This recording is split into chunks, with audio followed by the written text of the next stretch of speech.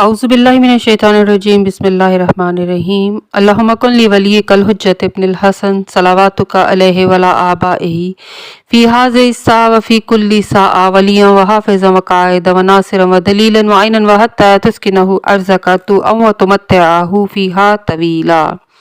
अस्सलामु अलैकुम सामीन, हमारे चैनल ज़िक्र उला में खुश आमदीद। मैं आज आपके सामने इल्लामा लाजपाल हुसैन की तसनीफ़ वलायत इब्लीस से इक़्तिबास पेश कर रही हूँ, जिसका बुनियादी मकसद आपकी खिदमत में ऐसा इल्म बयान करना है जिससे लोगों में ऐसा शऊर बेदार हो कि जिससे शयातीन की चालों, हरबों और गुमराहकुन ख़यालात से बचा जाए। अगर आप इस किताब का मुकम्मल मुताला करना चाहें तो इस किताब की PDF को हमारी वेबसाइट www.idarakhatamulauliya.com से फ्री इंस्टॉल कर सकते हैं। इमाम ज़माना के ज़हूर की निशानियाँ क्या हैं? इमाम ज़माना के ज़हूर की इब्तदा कैसे हुई? ज़माना ग़ैबत में इमाम ज़माना किससे बातें करेंगे? इमाम ज़माना के हाथों पर सबसे पहले कौन बैयत करेगा? इमाम ज़माना अलैहिस्सलाम के ज़हूर की निशानियाँ। मुफ़ज़्ज़ल बिन उमर से मोतबर सनद के साथ रिवायत है कि मैंने इमाम जाफ़र सादिक़ अलैहिस्सलाम से सवाल किया कि मुझे इमाम ज़माना अलैहिस्सलाम के ज़हूर के वक्त के बारे में कुछ बताएं, जिसका इंतज़ार तमाम दुनिया करेगी। आपने फरमाया कि अल्लाह ने आपके ज़हूर के वक्त का तयन करने से मना फरमाया है। अलबत्ता आपके क़याम के बारे में अल्लाह ने आयात इरशाद फरमाई हैं कि जो अल्लाह के असरार हैं। मुफ़ज़्ज़ल ने कहा कि मौला इनके ज़हूर की इब्तदा कैसे होगी?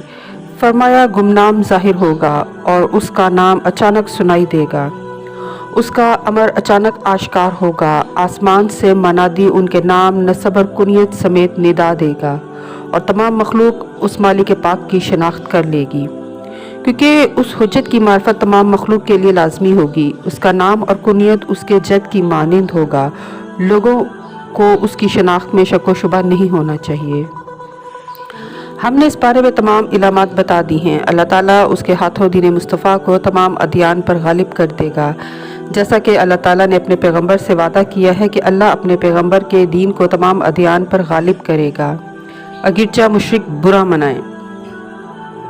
और दूसरी रिवायत है कि कुफार को इतना कत्ल करो कि जब तक ज़मीन से कुफर और फितना ना मिट जाए और दीन तमाम का तमाम अल्लाह के लिए हो जाए। फिर इमाम ने इरशाद फरमाया कि ए मुफ़ज़्ज़ल, अल्लाह की कसम, वो इमाम हमारी तमाम कौमों और अदियान के इख्तलाफ को मिटा देगा, सबको एक दीन हक़ की रस्सी में परो देगा। इसी तरह तमाम अदियान ख़त्म हो जाएंगे सिवाय दीन हक़ यानी इस्लाम के।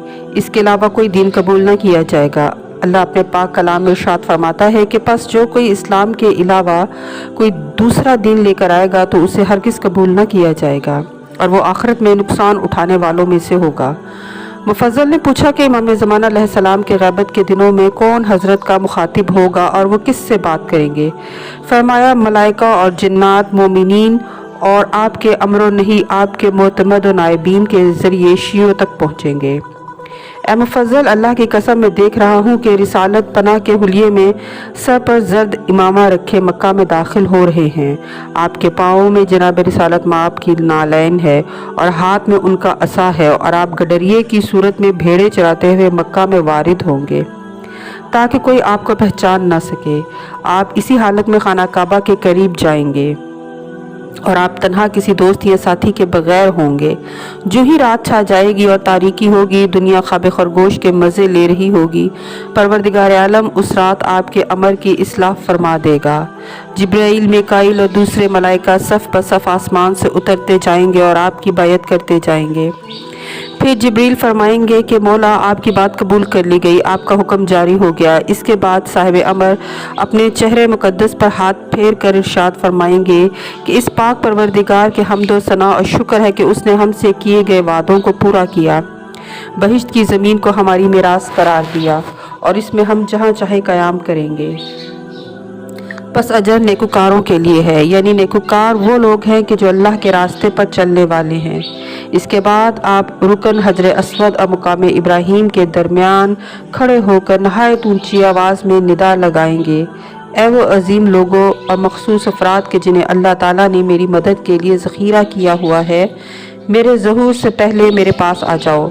پس اللہ اس آواز کو ان افراد تک پہنچائے گا جو چاہے مشرق میں ہو یا مغرب میں۔ جب وہ یہ آواز سنیں گے تو حضرت کی طرف دوڑ پڑیں گے اور وہ پلک جھپکنے میں حضرت کے پاس حاضر ہو جائیں گے، اور اس کے بعد نور کا ایک ستون زمین سے آسمان تک بلند ہوگا، اور اس ستون کی روشنی سے تمام زمین منور ہو جائے گی، اور یہ روشنی جب مومنین کے گھروں میں داخل ہوگی تو انہیں سکون و اطمینان حاصل ہوگا، لیکن انہیں یہ علم نہ ہوگا کہ قائم آل محمد کا ظہور ہوا ہے۔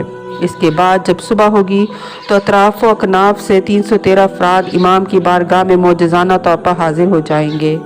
امام میں کعبہ سے ٹیک لگا کر تشریف فرما ہوں گے، اپنا دست مبارک کھول دیں گے۔ آپ کا دست مبارک حضرت موسیٰ کے ہاتھ کی مانند روشن ہوگا۔ پھر فرمائیں گے میرے ہاتھ پر بیعت کرو کہ جس کسی نے میرے ہاتھ پر بیعت کی وہ ایسا ہے کہ جیسے اللہ نے اس سے بیعت لی، یعنی جیسے اس نے اللہ کی بیعت کی۔ اور پھر وہ پہلی ہستی جو آپ کی بیعت کرے گی وہ جبریل ہوں گے۔ اس کے بعد تمام ملائکہ آپ کی بیعت کریں گے، پھر جنوں کی باری آئے گی، اور اس کے بعد 313 نقباء آپ کی بیعت سے سرفراز ہوں گے۔ پھر مکہ کے لوگ حیرانگی کے عالم میں آپس میں باتیں کریں گے اور کہیں گے کہ خانہ کعبہ میں ظاہر ہونے والا کون ہے اور اس کے ساتھی کون ہیں، اور ان میں بعض کہیں گے کہ یہ تو وہی شخص ہے کہ جو کل بکریاں چراتا ہوا مکہ میں داخل ہوا تھا۔ پھر وہ لوگ مزید باتیں کریں گے اور کہیں گے کہ کیا تم میں سے کوئی اس کے ساتھیوں میں سے کسی کو جانتا ہے؟ تو کہا جائے گا کہ ہم میں سے کوئی نہیں جانتا۔ پورے مکہ اور مدینہ سے صرف 4 افراد آپ کے ساتھیوں میں شامل ہوں گے اور بیعت کریں گے۔ جس وقت سورج طلوع ہوگا تو آپ کے قریب سے ایک منادی آئے گی کہ اے زمین و آسمان کے باسیوں سن لو، اے مخلوقات سن لو، یہ مہدی آل محمد ہے۔